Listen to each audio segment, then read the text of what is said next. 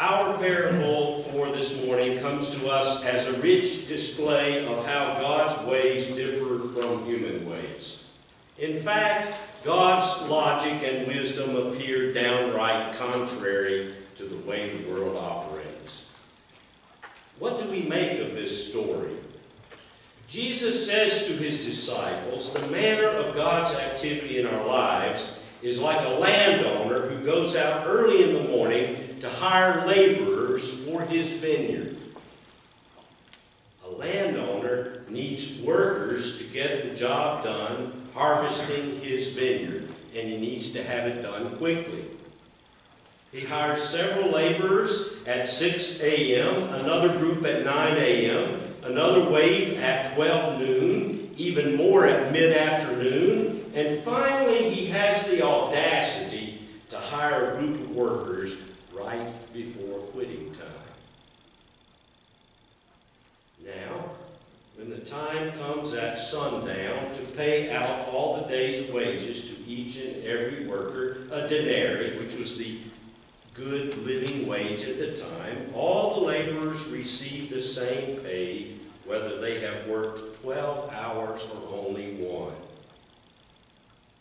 The laborers receive what was promised to them. Of course, the laborers who were hired earliest really get wind of this bizarre generosity when the master pays the last hired first. Those who had worked all day in the scorching heat of Palestine were hot under the collar. The text is loosely translated that they are envious, but literally they look at the landowner with the evil eye. My mother used to give us that one when we were not behaving in church. This just isn't fair. And yet, the landowner was true to the agreement made with each and every worker. The landowner keeps his promise. Let's be clear. There is far more to this parable than economic policy. In fact, this parable would offer awfully poor advice for most employers. If you paid all workers the same wage, no matter how many hours they worked, pretty soon nobody would do any work whatsoever. Those who work the whole day will say, "What's the use?" And those who get the break will say, "Hey, we get something for nothing." No management consultant would waste time doing a power lunch with such a stupid boss. And labor union negotiators would be equally disturbed. The primary point of the parable, brothers and sisters, is theology, not economics. What we have here today is a profound message about the nature of God's rule in our lives. We could very well say that this parable states the case for God's sovereign right to bestow grace as God chooses. The essential point is not our rights to what we earn, but God's pleasing privilege to be as good and as generous as God sees fit. Such an insight is hard to swallow for those of us who are here today. For we are here because we are not shirkers. We are here because, on the whole, we are conscientious, dependable, hardworking, high achievers who have been laboring in the vineyard since sunrise. We didn't get here by relying on grace, we think. Surely God's grace is something we are entitled to. Surely God's grace can be triggered by our good deeds, churchliness, and genteel human schemes regarding who qualifies and who doesn't qualify in the fellowship. No wonder that we find this message unsettling. We love amazing grace, but don't let it be too amazing. For how often have we failed to see the fullness of God operative in our lives of others because we have looked over our shoulders in evil eye envy? Life is often not fair. You have heard the stories. A state employee arrives at her desk early every morning, answering the telephone until her tardy co-workers appear. She skips lunch in order to catch up on the filing and stays late to fill out reports for her supervisor, who has learned that she is the only one in the department who knows her stuff. When annual raises are due, he calls her into his office and explains that while she has done a superlative job, there will be no merit increases this year. Salaries will be increased across the board, with everyone receiving the same amount, because he thinks that will do more for group morale. That's not fair.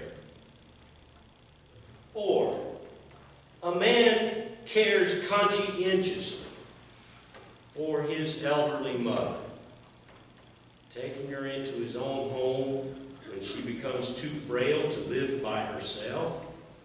Although he has 3 brothers and sisters, he rarely hears from them. They call from time to tell him how grateful they are, but none of them offers to help. They have problems of their own, his mother tells him, patting his head. I just thank God for you. Then she dies, and suddenly the whole family appears, grieving as if they had been there all along. At the lawyer's office, they are all ears. The man who has spent most of his savings caring for his mother sits and listens with his head in his hands as the will is read. I leave my estate to be divided equally among my 4 dear children, it reads, because I love them all the same. That's not fair. Oh, dear friends, the generosity of God is more than what the best of us can ever deserve or calculate. God chooses to love each one of us in a special way, period. God revealed in this bold rabbi named Jesus is what Henry Ward Beecher described as that majestic and mighty heart, rich, glowing, glorious, yearning, and desiring good. This good and generous God exercises the lovely liberty to embrace the least deserving one, the last hired as well as the first hired. God has the will to love the poor as well as the rich. Forget the terms deserving or undeserving. God has the compassion to embrace the lowliest sinner along with the snittiest saint. God has the startling power to graft into this community of faith both the naive newcomer and the cynical charter member.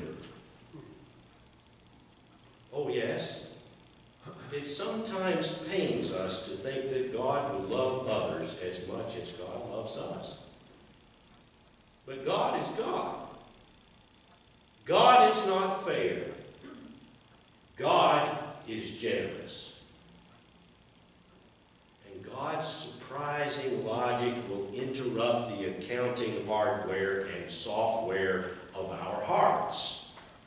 No one can measure up to the demands and cost of God's grace. Nothing we can do will begin to earn the wage God so freely gives. Only a cross on a skull-shaped hill and a 33-year-old Jewish carpenter, betrayed, spat upon, and crucified, can be singled out as the decisive good day's work before God. As a result of that precious labor, we can serve with joy today in the Master's vineyard.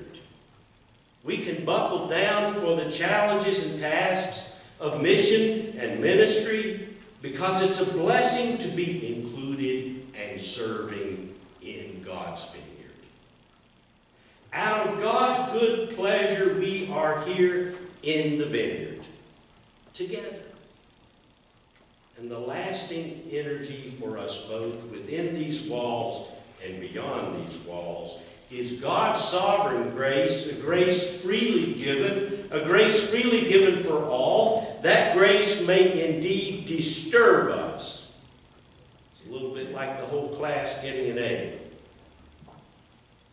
That may disturb us. That grace may not even be fair, but better than that, God's grace is more than fair. Thanks be to God.